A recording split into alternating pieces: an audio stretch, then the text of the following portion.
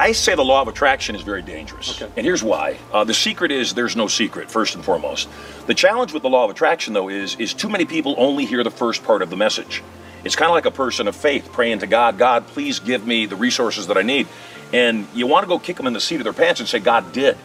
God gave you hands that work. God gave you a brain that can think. God gave you feet that can move you. You have all the resources. You need to use them. Focus on hitting your goals in every area of your business. Remember, the universe rewards the bold. A leader has to take the risk. I'm Daniel Alonzo, and I am your host, and I am here with one of the most incredible, fun guests that we've had so far. I mean, this is going to be a life-transforming podcast for you.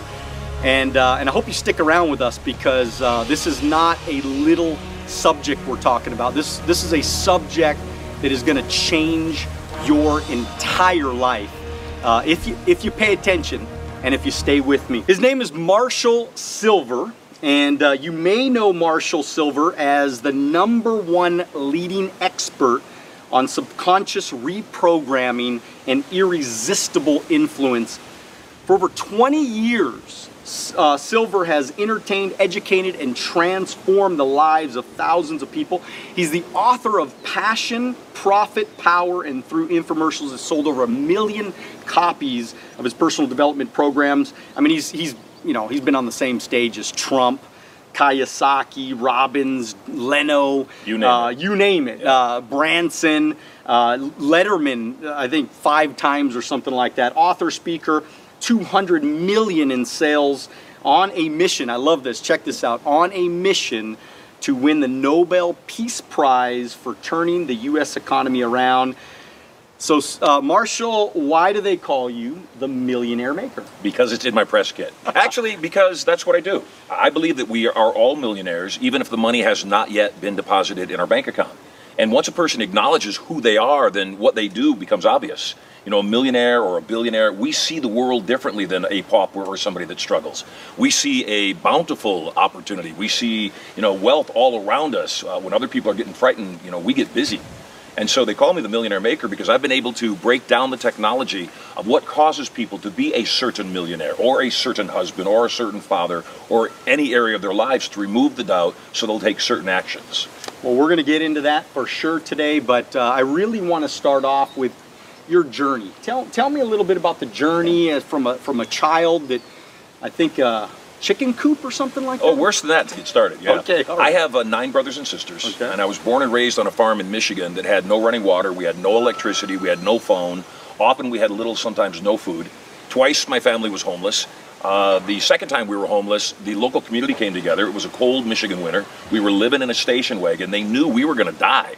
And so they renovated an old chicken coop, and it had running water, it had electricity, and it was heaven to me. So at 7 years old, from 7 till 11, we lived in the chicken coop house. Other than clucking when I get happy, no adverse side effects. Okay. These days, though, based on what we teach and how I program people's minds, these days, my own home is in Las Vegas. We've got a 17,000 square foot home there with my beautiful bride and my 3 kids. And we also have a home on the beach in a little town called Carlsbad, south of your palace here in North County, San Diego. That's awesome, awesome, awesome. And so you got, so Erica's your wife, Erica's correct? my one true bride. You got Sterling Maximus. Sterling Sylver. Prosperity. Yep. Okay, so you were telling me a little bit about how you're developing a program for kids. Yes. From your kids, for kids. Yes. Tell us a little bit about that. Well, we are launching a company called Certainty International, and with Certainty International, we're launching Certainty Centers, whether they're Certainty Theaters or Certainty Centers. And what they're designed to do is be a local community center where people can go and find certainty, that they can go and socialize. They'll have free events where they can just come hang out, maybe in the morning come have coffee and do some networking. And at the center, to draw people in, as a performer, I've always used entertainment to hook people in, show them what I did, and then show them how to use the things that I did for fun and for entertainment in their real lives. And so on Friday and Saturday nights, there'll be a reworked, reworded hypnotic show called A Show of Certainty, where people will come and they'll watch the performer. In the beginning it'll be me, and then I'll train other people for each of the centers to do a show where people will do the strangest things, sing like Lady Gaga, make their bodies stiff and rigid, walk up their bodies like a human staircase. And then at the end of the performer will say, hey, if you loved what you saw, and I know that you did, come join us on Tuesday night. Check out what we do and how you can apply it to your relationships, to your wealth, to your emotional, mental, physical, and even spiritual well-being. And so the kids program came about because I have 3 babies, 8, 6, and 4. And they watch me on stage all the time. They think that's a natural place to be. And I thought, what a great thing for parents to make it natural for their kids to be there, to not have any fear. They know, as an entrepreneur family, that in order to get something, you've got to give somebody else value. And so they kept begging me, please, Daddy, please, can we go on the stage at the theater? Can we go on the stage? And so I've created this thing called Kid Show. And what Kid Show is, it's a show for kids, by kids. It's a magic show for kids, my kids, to other kids, that not only entertains, the whole idea of the show is that the kids would also give a message of entrepreneurship. You know, my boys started off in karate, and they would go to karate class and come back, and one day they came back, and my wife said they've both been invited to Black Belt Club. And I said, oh, that's awesome. What's that? She said, it's an 18-month, once a week, or 24-month, once a week class that they take. And I paused and I said, and we pay for that every week, right? She said, yeah. I said, that is some clever marketing. That is really clever. And then I thought, how cool would it be, instead of karate, or in addition to karate and gymnastics and dance and baseball or whatever else they were into, what if they actually went to a class that they could learn how to be young entrepreneurs, because you and I both started early on, and that the class itself would teach them how to launch their business, and the business could pay for the classes that they were taking and be self-fulfilling. You know, how great would it be when our young people, our kids starting off at 7 years old, get the idea in their heads that they don't have to wait till they're 18, they don't have to wait till they're 20 to start a business. They could start one now. They can start making money now. It's huge. It's good for their self-esteem, it's good for their character, their confidence, everything. Absolutely. And I think that what you're doing, especially that, I mean, the programs that you're doing already have transformed thousands and thousands of lives, but imagine going down deeper into children and saying, hey, you can be a millionaire by the time you're 18. Why do you have to be? It's expected. It's expected. Yes. I mean, why wait until you're 40 to become a millionaire? Why can't you be a millionaire at 18 or 16 or 15 or who knows, right? Maybe even 10. Yes. You know, so and you can be. And there's plenty of examples of young people who came up with business ideas that made them millionaires and multimillionaires before they're 18 years old. That's it. So if the expectation is brought up that that's what we expect kids to do, they'll rise up to that expectation. You know, you mentioned in my bio that one of the things I want to do is win the Nobel Prize, and I do. And not for the vanity of winning the Nobel Prize. I'd like to be known as the guy that got the entire economy in the United States moving really well, and then worldwide. And we do it by doing exactly what you and I already do. We do it one person at a time. It's kind of like being on the freeway here in Southern California. You know, it's bumper to bumper. I often wonder, what would it be like if there was a loudspeaker alongside the freeway? There's no real reason it's going that slow, just some idiots in the front, and then it chain reactions down. What if there was a speaker on the side of the road that said, all right, everybody, be certain, have faith. On the count of 3, everyone, floor it. 1, 2, then all of a sudden we're flying. And in the economy is the same way. You know, there's a term that I use called velocity. And as it pertains to the economy, velocity is the speed and frequency in which money changes hands. When everybody is certain, when everyone is confident, they spend a lot of money because they're spending money. The people they're spending money with have more money, so they can spend money, then that party can spend money. And so the whole idea is to get that velocity going. And it begins with one concept, and that is personal responsibility. Each of us has to be personally responsible. So again, what age do you teach personal responsibility? You should be teaching it from the very beginning. Absolutely, absolutely. And so you were a child magician? I was. Is that how all this kind of started? Yeah. So tell us about how that started and who got you excited about that? My mother and father divorced, and I didn't see my father very much, and he wasn't a really pleasant guy. And so even when I would see him, he wasn't very responsive to me. The 10 kids are from a couple different dads, and my older brother was in Cub Scouts, and he was looking in Boys Life magazine, and he saw some magic tricks in there. I was 7, he was 11. He showed me the magic tricks. At 7 years old, my cognitive thinking hadn't been developed yet. So kids see exactly what's there, not what they're supposed to perceive. And so I saw through his magic tricks. And I took them then and showed them to my father and got, for the first time in my life, a positive response from my dad. And that was it. It hooked me. So I started doing magic. I really loved magic. And then at 10 years old, I discovered that I could get paid for doing magic. And my thought was, you'll pay me for doing what I love doing? How cool is this? And it was hooked. It's a great start. And I did magic all my young years up until about 23 years old. And what caused me to make the shift from magic to hypnosis is I had been hypnotized at my high school. And the incident, it was a stage show. And yet the impact was so profound on me. I realized that we are who we think we are. And we get to choose that. It was so profound. I fell in love with the process. And in my early 20s, I kind of fell out of love with magic only because magic distracted only. It entertained only. It didn't really change lives. And I said, I want to do something that has that sense of wonder, that sense of magic, yet also something that would change people's lives for the better. And so I've got that inside of hypnosis. So you were saying that, I had heard you say that 0 to 8, we gain most of our programming. What did you mean by that? Most of our reality is created by that age. So by the time we're 8 years old, everything we believe to be true, everything we perceive to be true, we already have. At about 8 years old, we start getting a skeptical mind. We start having a mind that starts making judgment. It starts saying no to authority figures more often. Prior to that, though, everything you say. So imagine this. I fly around in private jets, and on one of my trips back to the East Coast, my wife, I was going to Florida, she wanted to go to Vermont to visit her dad. She wasn't going with me. My son Sterling was 3 years old at the time. My son Max was 1 year old. So I said, would you like me to charter a plane for you? She said, no, we'll fly commercially, that's fine. And so I got her 2 first-class tickets, and they're sitting in the front row of the plane. And she's on the window with Maximus, my little 1 year old, in her arms, and Sterling's sitting on the aisle seat. As everyone gets on the plane, he greets everybody. Hello, welcome, glad you could join us, hello. You know, most of the adults think, yeah, that's really cute. A couple of them were kind of harsh, or what do you want? And after the second grumpy old person, my son Sterling turned to his mother and said, Mommy, are these our friends? He'd never been on a plane with other people, that every single person that was there hadn't been invited by us. Right. And so, you know, a mind once expanded will never contract to its original state. I say a wallet once expanded will never contract to its original state. That once you get used to living at a certain level, you think that's how it's supposed to be lived. So imagine your kids, my kids, your kids, living a life that they expect to fly around in private jets. They expect to have everything around them taken care of.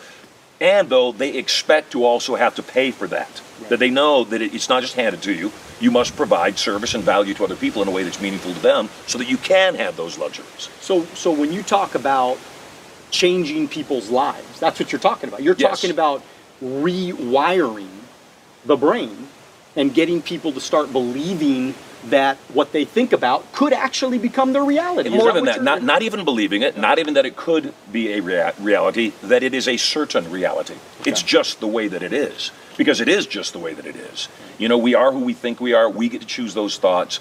I can either decide, even in moments of challenge, that life is really hard, or this is temporary.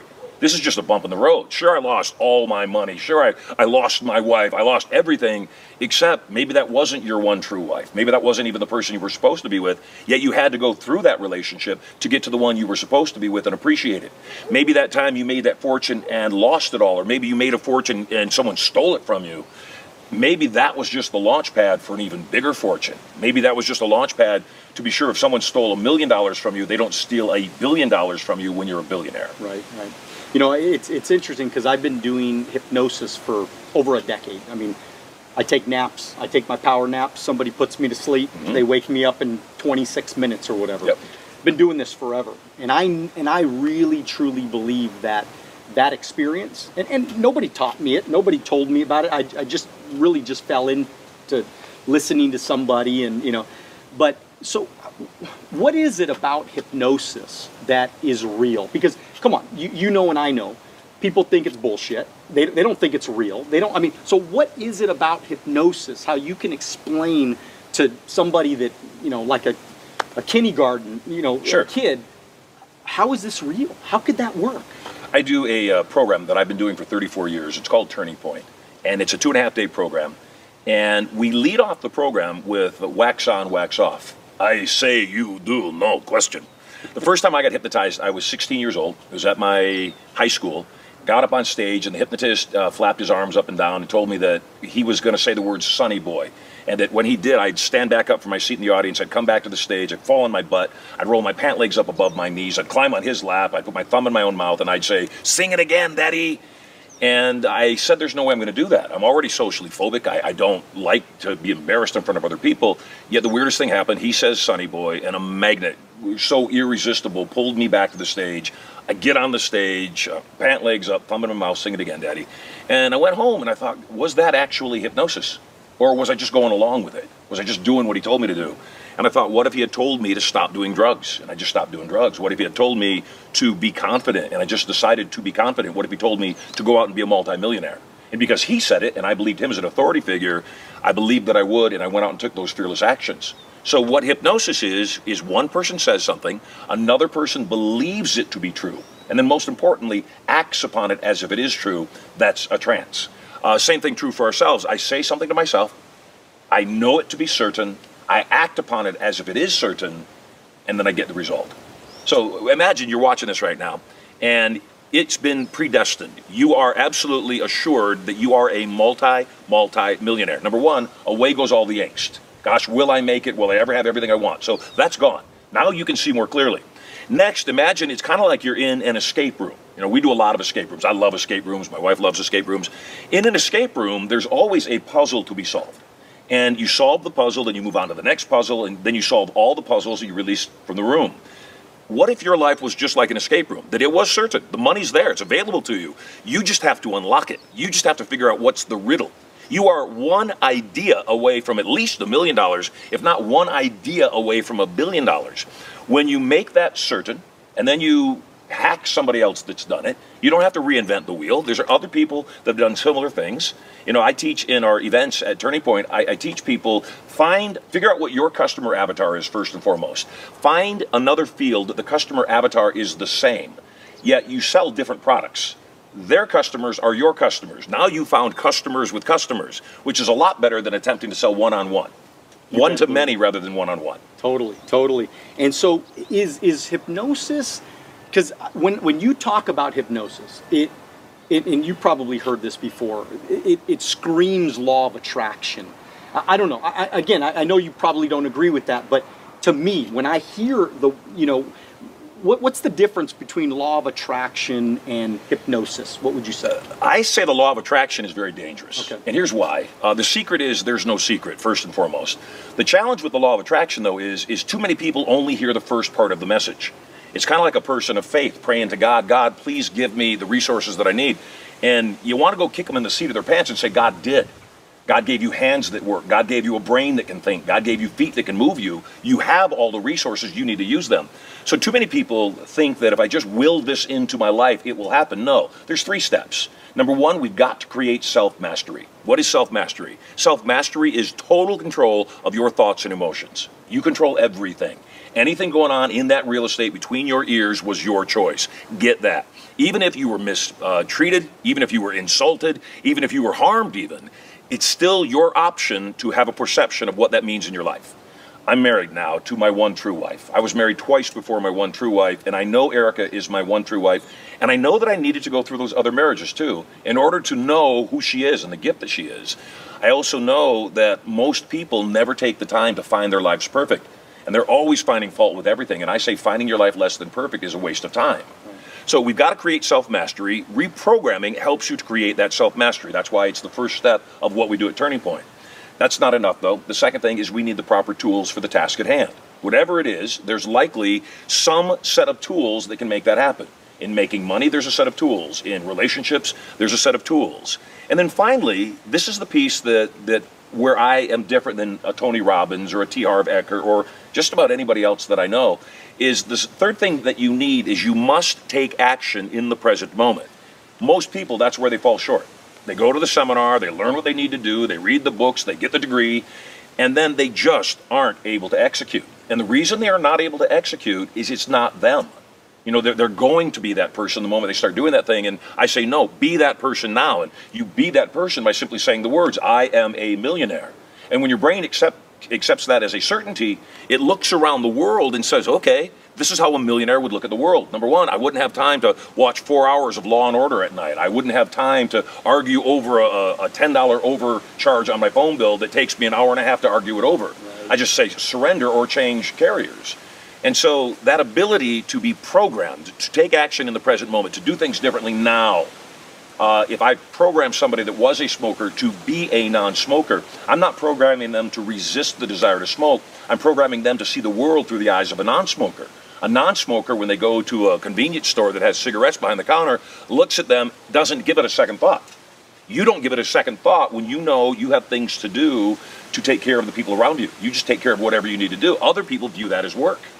I almost feel like hypnosis is a pure understanding that you have to take control of your thoughts and you have to take control of your life. I mean, it is personal responsibility, but it's somebody helping you to program in your mind that you're going to take personal responsibility. I mean, you know, look, I've had dream videos, I've had intentions. I mean, I believe that I'm at a certain stage in my game, in my life, because of I've allowed I was telling somebody the other day, I've allowed my mind to work for me. Yes. Instead of me working so hard, thinking so hard, I've allowed my I've programmed through so many years of thinking the right way. You know, I get on stage in front of 50,000 people and I'll say, great things always happen to me. Yes. You know, I'll say stuff like, and the whole crowd, you know, great things. So thousands of people now say, they wake up in the morning, they go, great things always happen to me. So and that's the expectation. That's the expectation. That's the expectation. That's the expectation. Right. Certainty creates luck. Right. Because we were looking for it. You know, some people, their flight's delayed. And they get angry, oh crap, my flight's delayed. Back in the day when I flew commercially, if my flight was delayed, I would immediately say, okay, what am I supposed to do here? Who am I supposed to meet that I wouldn't have met had my flight not been delayed? What opportunity is arising because my flight was delayed? Whereas most people just find their lives wrong. Certainty also creates not just luck, it creates telepathy. You know, if you are a certain spouse, if you are a certain husband, if you are a certain wife, you don't have insecurities. You don't have any angst or trouble or depression or fear of anything because you're already certain. You're certain. No matter where I go, you know, when I get on stage, it's the same thing that you do, is that I get on that platform and I know that I'm doing the audience a favor. Not from a cocky point of view, from a confident point of view. And the distinction between cockiness and confidence is confidence allows for greatness in other people. I'm awesome and so are you. And so, you know, you asked me about hypnosis. Ultimately, it's not enough to learn. We have to become someone new. We've got to reinvent ourselves. So I did drugs when I was a young man. I, at one point, smoked cigars. I don't do either one of those anymore. And it's not that I had the willpower to stop anything. I just said, this isn't me. You know, that's not me. You take anybody that's created great wealth, and I guarantee you, even if they have a hiccup and they lose great wealth, they'll get it back because they know that they can. And each time they do, it gets easier and easier and easier because their brain just says, I didn't get lucky. This is who I am.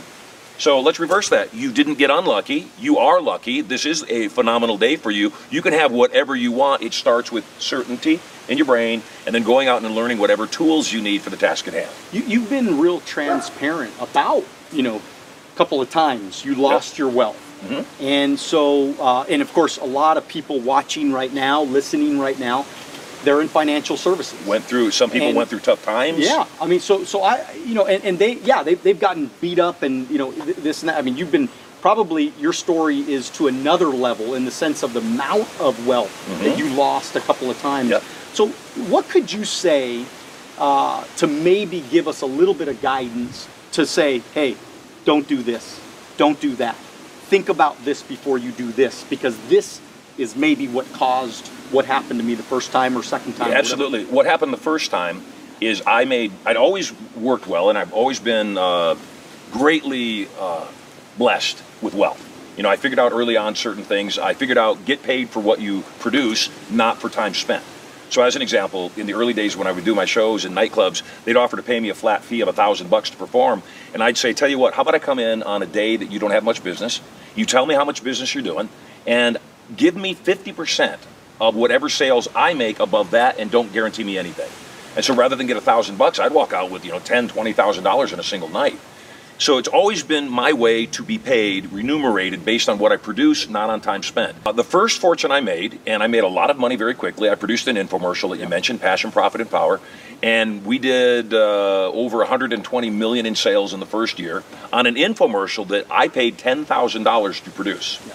And made many millions of dollars, had always wanted to go to Las Vegas and open up my show on the Strip in Las Vegas. Went to Vegas, and I thought I was living a very lavish lifestyle. I thought that the faucet was going to stay open forever, and I didn't notice there was no plug in the tub. And so my lifestyle caught up to me. I lost it. Made all the money back again, because I knew that I could. Made it all back again. Unfortunately, married the wrong person. I was married for 11 months. The divorce took 4.5 years. Lost it all again. Wow. Wow. And then made it all back again, was heavily leveraged into real estate over the last 10 years. And a lot of people that were heavily leveraged in real estate lost a lot of money, and I was one of those people. Didn't lose it all this last time. I was smarter, you know, kept learning each time. The reason, though, I think that I had a slight dip this time was that I was with my wife, and when I met her, I was rolling in dough. That slight dip wasn't enough to make anything bad, except the words that came out of her mouth were ones I needed to hear. She said, "Sweetheart, sell everything. We don't need 2 houses. We don't need 6 cars. Sell everything. Let's live in a 1-bedroom apartment with the 2 kids." And when I heard that, it was like magic to my ears. So now we're back bigger than ever. You know, thank you, God. And for me, I say don't get too attached to either side. Don't be attached to being poor. It's temporary. Don't be attached to being wealthy. It's also potentially temporary. Right. Any one of us, I don't care how smart you are, I don't care how successful you are. Look at Boeing. You know, Boeing has 2 planes go down, and their stock takes a massive hit because those 2 accidents occurred. Anything could happen in any moment. So don't be cocky, be confident. Don't be attached to wealth. Don't be attached to being broke. Be certain your life's unfolding the way it's supposed to. Yeah, I mean, I've been teaching financial principles for now 22 years, and 21 I started in business, 28 I was a cash millionaire. So I was financially independent from that moment, had no debt, always paid down my debt, always, you know, my building down the street is almost paid off. The house, believe it or not, this house, $3 million home, is pretty much almost paid off. I mean, there's a couple $100,000. I have like 0 financial worries for all these years that I've been in business. And I tell people, please, if there's anything that you're going to learn from me at least, is don't get over leveraged. Right. In thinking that it's never going. Like, I always figured, if everybody quits, my family's okay. Right. I wanted to put on my family's oxygen mask first, then we could go live the way we want to live. But as long as my family has enough money to take care of us forever, I'm okay. And through the years, we've made some good financial choices, and so that's great advice. It's great advice. How old's your oldest child? 16. He's 16. Yeah. My oldest is 8. And I know you would agree with this, that when kids entered the picture, everything changed. Everything changed. Yeah. And so for me, as I've come out of retirement and building a legacy, everything is about them. Everything is about my wife, Erica, and then everything is about my kids, making sure that my daughter is never impressed by anything your son owns. Right. And that they have a future that I never had because my family was so poor growing up, and that they have different choices that they can make, yet also that they're intelligent about it. Yeah. You know, that they're raised in a respectful environment. We often go out and we limit our kids' screen time as much as we can.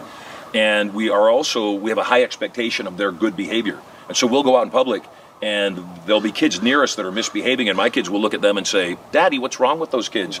And I always say they have very bad parents, because they're our product. Well, you're a pretty exceptional individual. I mean, just hearing the way that you raised your kids, and of course your family, and just everything that you're doing, and this whole nother chapter of your life. How exciting! I mean, because I tell people all the time that it's progress that makes us happy. I mean, that's really why I keep doing what I'm doing, why I put on my overalls again and said, you know what, I don't want to, like, retirement equals death to me.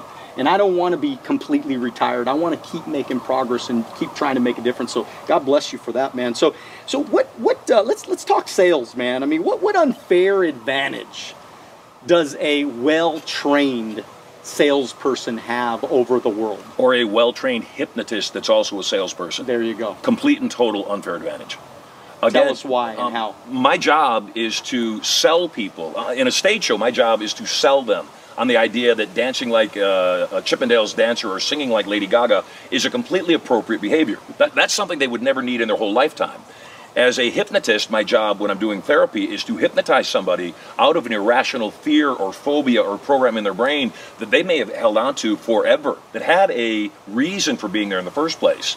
So my job when I am influencing people to buy whatever it is that I'm selling is to take what I'm selling and make it look like what they're buying. It's to change the frame around the outside of that thing. It's also to turn up their wantingness, to do certain anchors and certain things inside the presentation that they may not even realize I'm doing, that cause them to respond, cause them to be drawn to that thing. Because genuine influence isn't getting somebody else to say yes. Influence is getting someone else to beg you for what you're selling, and here's the kicker, have them believe it was their idea. Your people are sitting down and they're presenting your financial products. They're presenting what you guys sell.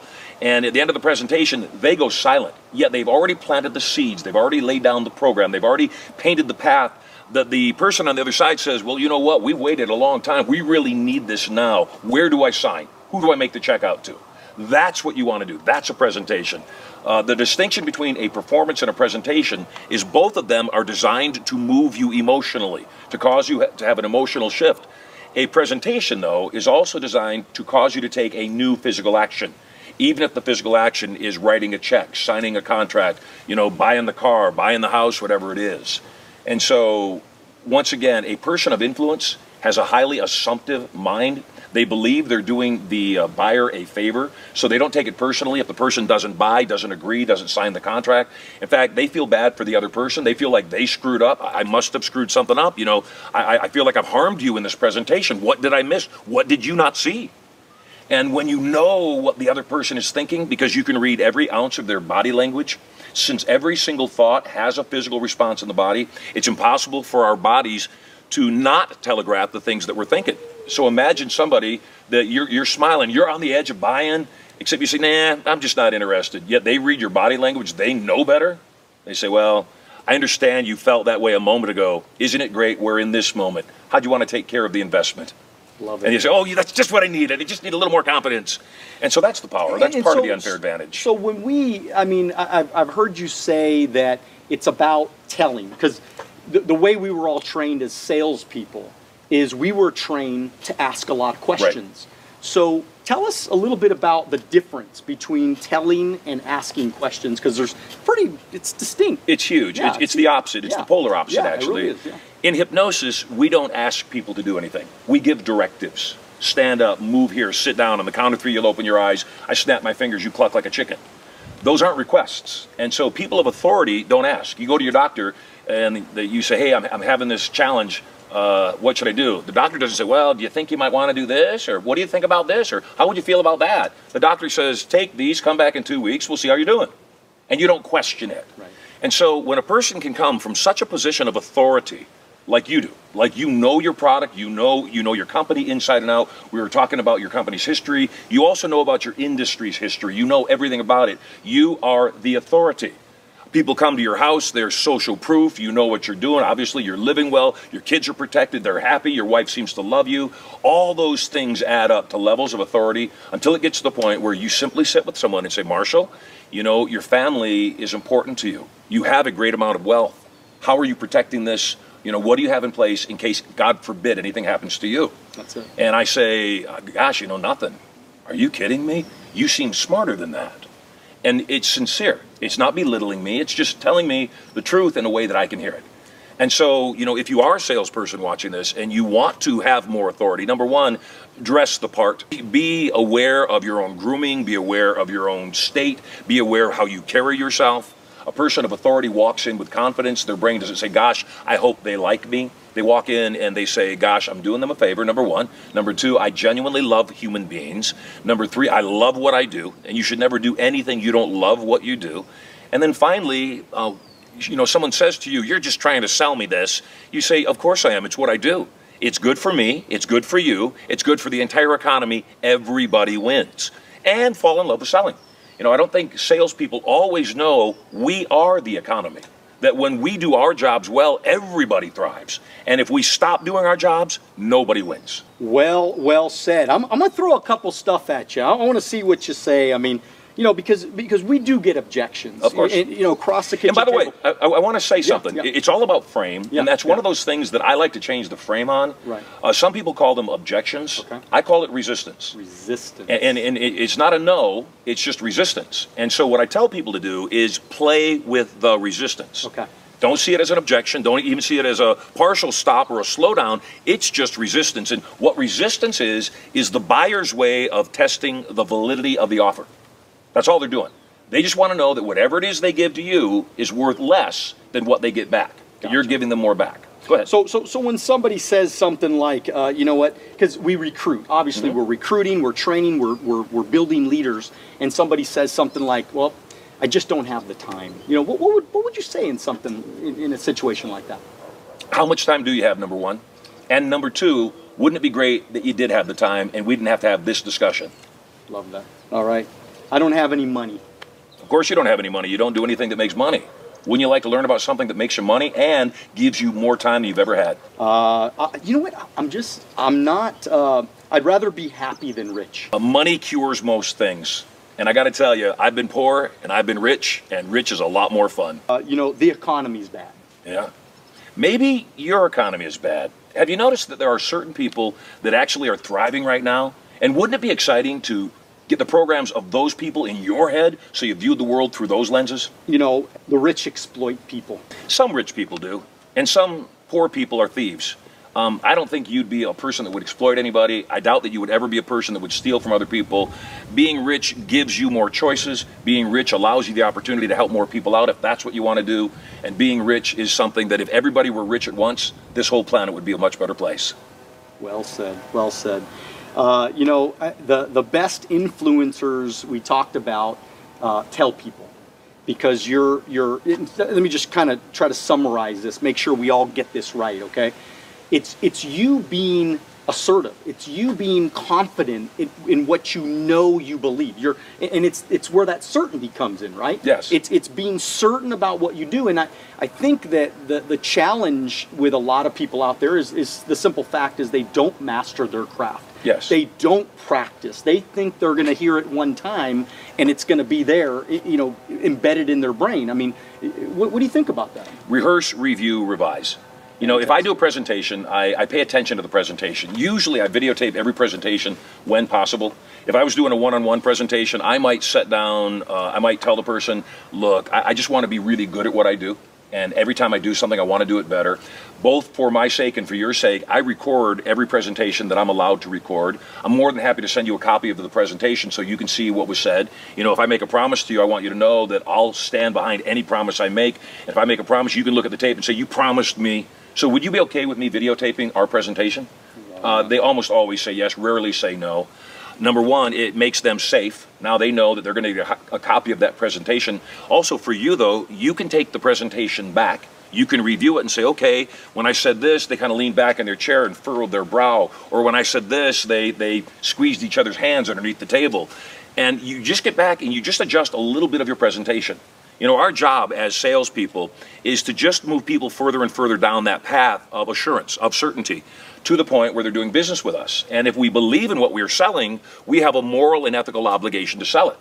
And when we are changing lives like that, once again, we just seek to get better and better and better. I view sales, I view influence as a game.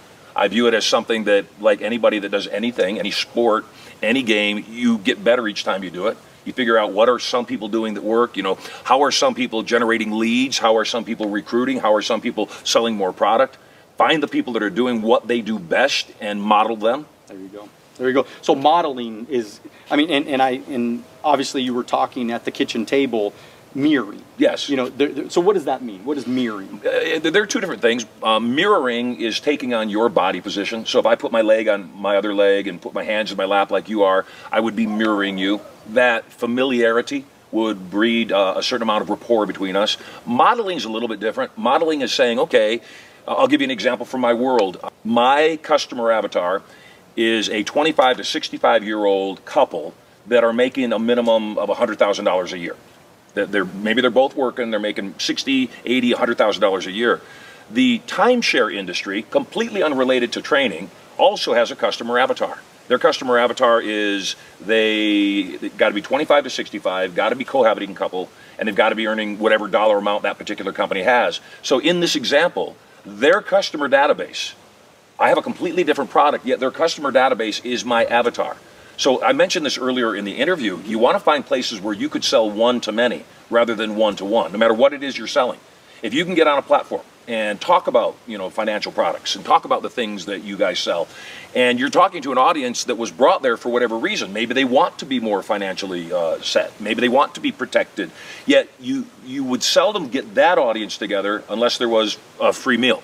You would seldom get that audience together unless there was some kind of entertainment message inside of that. And that's the key, is that you've got to figure out what's the hook, How do I get them to at least open their ears, open their hearts? You know, when people go on a timeshare tour, a good example, very few people that don't own timeshare have any open-mindedness in owning a timeshare. They went there for the free goods. Right. You know, they went there for the tickets or the food or the concert or whatever it was. And so I ask you, you know, what could you do that would be value added? What makes you unique? What gives you a unique marketing position or a unique selling position compared to everybody else that might sell the exact same things that you sell? Could it be that you're funny? Could it be that you do magic? Could it be that any number of things about you are unique? Because you've got to figure that piece out. Yeah, because a lot of, I mean, we do group meetings all the time. I mean, I've been for 20 years, I've been standing on a stage and we've been recruiting massive amounts of people. And all my locations, they're doing the same thing. And so if you were to look at like a business like us, like a financial services company that we're always attracting new people to come into business with us, what's, just as a thought from you, I mean, just an idea, what's something that we could add as a value add to pull in more people to that event? You know, everything is different, and obviously inside of your world there are certain laws about what is and is not able to be given as a premium, a gift for the presentation. Correct. So, you know, one of the things, again, if it were me, and let's imagine I were you, okay. What I would do is figure out a way to get people in a fun way to fill out some kind of database information, whatever that is. So imagine in this example that Primerica, you specifically, sponsored a show down in the theater that I just renovated in Carlsbad, California. And all the people that come into the room are sitting there before the show starts. And up on the screen pops up this thing that says, hey, register to win a free gift. And they all register to win a free gift. And part of that is allowing those people to be approached or reached out to by you and your team. So now we've collected a database. They had a good experience at the show, completely unrelated, got nothing to do with what they're selling, yet they've also given permission inside the database to be contacted. Gotcha. And now when they're contacted, it's a warm contact. It's not a cold contact. Oh my gosh, did you see what he did in the show? Do you remember he did that? Oh, that was so funny. So that's one thing, is that you become a part of a group, that there's a means to get that lead. The second part is to gamify whatever it is you do. You know, we have different levels of training that we do inside of Certainty, and we call them levels of certainty. And, you know, our initial course is a course that's called Turning Point. I've been teaching it for 34 years. Sells for $3,000 a ticket, which, by the way, stay on this podcast because I'm going to give a couple people an amazing gift by the time that we're done. And that's level one. And what Turning Point does is three things. Number one, it turns up a person's wantingness. You said it a little while ago, that hunger to just be better and do more. It's not just to have a bigger house or more cars or whatever. It's a wantingness. For me, I had everything I wanted until I looked into my daughter's eyes. And then I realized, no, you've got to take care of her kids' now. The second thing it does is it gets inside of your brain and it changes the programs of your mind. Not just teaches you new things, it actually programs you on a subconscious level to be a new person. No $100,000 a month earner is ever going to be satisfied with 10 grand. Right. But if a person is a $100,000 a month earner and thinks they're a 10 grand a month earner, they're never going to change. And then the third thing that Turning Point does, because I believe it's where everything starts, is it teaches the skills of irresistible influence. It teaches you how to sell. You master that craft, you master that ability, and no matter what you're selling, there's going to be a best script. There's going to be a best form of communication, a best framework of how you approach that process to produce the best results. When you know that you can sell anybody anything, that you can rewrite the marketing, you can rewrite the programming, you can rewrite the approach, everybody wins. Everybody wins. And I've been saying for years that what we do to make money and to create wealth. I mean, think about it. When I went full-time, that opened up a job for somebody else. Yep. When I left my job, that opened up another job for someone else. And every time one of my agents opens up a new location, it brings more money to wherever they're renting. Yep. It creates new full-time agents that will vacate jobs, will allow other people to pour into those old jobs. Yep. So it never ends. It's always a good thing. And I think, because I honestly believe that one of the biggest challenges in most people's thinking is the lack of abundance mentality, and the being afraid that if I make a lot of money, I'm a bad person, or you grew up poor, so you're thinking, you know, look, I had a challenge. I mean, when I was younger, I mean, I believe, who knows? I mean, I think I maybe even wealthier than I am today. But, you know, my dad was educated. My stepfather, he was educated, went to USC, student of the year, and he was making $100,000 a year. And happy. And happy. And thought it was great. Thought it was amazing. Oh, it was wonderful, wonderful. And so I started making money, and I'm this college dropout. I'm the black sheep of the family. I hate school. I joined some business that everybody thought was like some scheme or something like that, right? They thought I was all, you know, they thought I was crazy. Next thing you know, I started making $100,000 a year, and I'm not in my brain. I'm that 8-year-old kid that doesn't believe that that's not me. So I pulled back, man. I pulled back. It was subconsciously I pulled back. I think a lot of people don't believe in themselves enough to keep pushing forward. What do you think about that? I mean, is that pretty prevalent? Absolutely. And what has to happen is Oliver Wendell Holmes said a mind once expanded can never contract. I say a wallet once expanded will never contract. That when you get that I am an ordinary man, I'm not special, I'm a high school dropout. I don't work at all anymore. I do exactly what I love. I don't do anything I don't want to do anymore. And I still live this most amazing life. Well, it's not by chance, it's by creation. I figured out what I loved. I figured out how to monetize it. And you can monetize anything. And then more than that, I also realized that I am doing people a favor. I am helping their lives. I'm re-educating them. And so what has to happen is you have to find a mentor. You have to find somebody that you can identify with, somebody who started off worse than where you are right now so that you don't have any excuses. You've got to find a mentor who's living a lifestyle that you would want to live. You know, not everybody would want to live like this. Some people are extremely frugal. I don't understand it. The point in making great wealth is to live well. You know, I fly around in private jets, not because I'm all that, just because it's cheaper to fly in a private jet than the amount of time it takes for me to go through commercial airports. I have 2 homes, one in Vegas and one at the beach, not because I want to have 2 homes, because I don't want to have to carry anything when I go somewhere else, and I don't want to have to sleep in a stranger's bed. And so for me, that is my life, and that is what the expectation is, and that's what I set for other people. And my desire would be, and I know this is what you want too, is that people would look at us living our lives in a big fashion, in a grand way, and say, they're not special, they're just like me. If they could do it, so could I. And the fact of the matter is, absolutely. In fact, I want you to, we want you to, because we want you to succeed for not just your world, for the world. I selfishly want you to be a multi-millionaire so that the quality of my kids' lives are better. And what do I mean by that? If everybody would become personally responsible all at once, not dependent on anybody, if you are dependent upon anybody, any government, any other person, you are enslaved to them. Your financial freedom is complete freedom over every area of your life. I could do this for another 6 hours. I could I'm not even. This is huge. I mean, you have transformed today. I'm just telling you, Marshall, you have transformed thousands of people that are going to be watching this.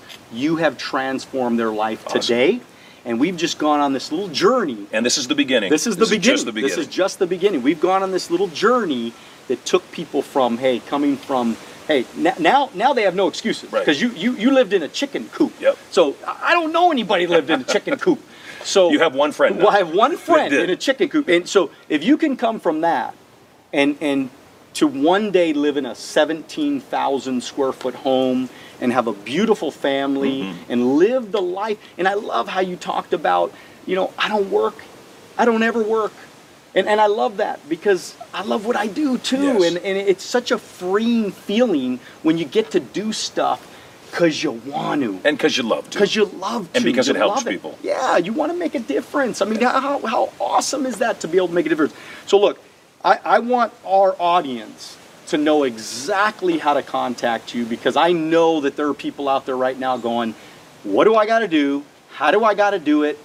How do I get in touch with this guy? Tell us. It is really easy to get a hold of me. My last name is Sylver, S-Y-L-V-E-R, Marshall Sylver, which literally translated means to gather money. Oh, wow. My last name is Sylver, S-Y-L-V-E-R. Go to sylver.com, S-Y-L-V-E-R.com, and I've got a special gift. I don't know when this podcast is going to air. You'll get me those details. When I know it's going to air, the day that it hits, that it airs, if you're watching it, and this is the day it was released, go to sylver.com right away. I'm going to give 5 separate people 2 tickets each, worth $6,000 Wow. to come to Turning Point, to come learn about subconscious reprogramming, maybe you and your team. Go to the website, go to Sylver.com right now. On the front page of Sylver.com is a contest entry. You enter the contest, yet I promise you, the first 5 people that watch this podcast, I'm going to give you, guarantee you, 2 tickets to Turning Point, totally free, nothing to buy, as our guest. Fantastic. Well, thank you so You are much. very welcome. I want everybody to share this podcast. Make sure you follow Marshall on all of his social media. Sure. Are you on Instagram? I am at Marshall Sylver. Instagram, at Marshall, and Twitter probably, and all that good stuff. So make sure you follow him on everything. This is a huge, huge opportunity for you to take your game to that next level, for you to take your thinking to the next level.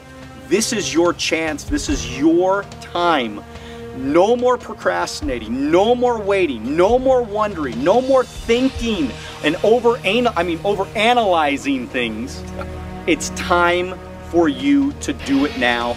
So make sure you share this, be very generous with it, and let's go change the world together. Dream bigger than ever, but make sure that you do it now. God bless you.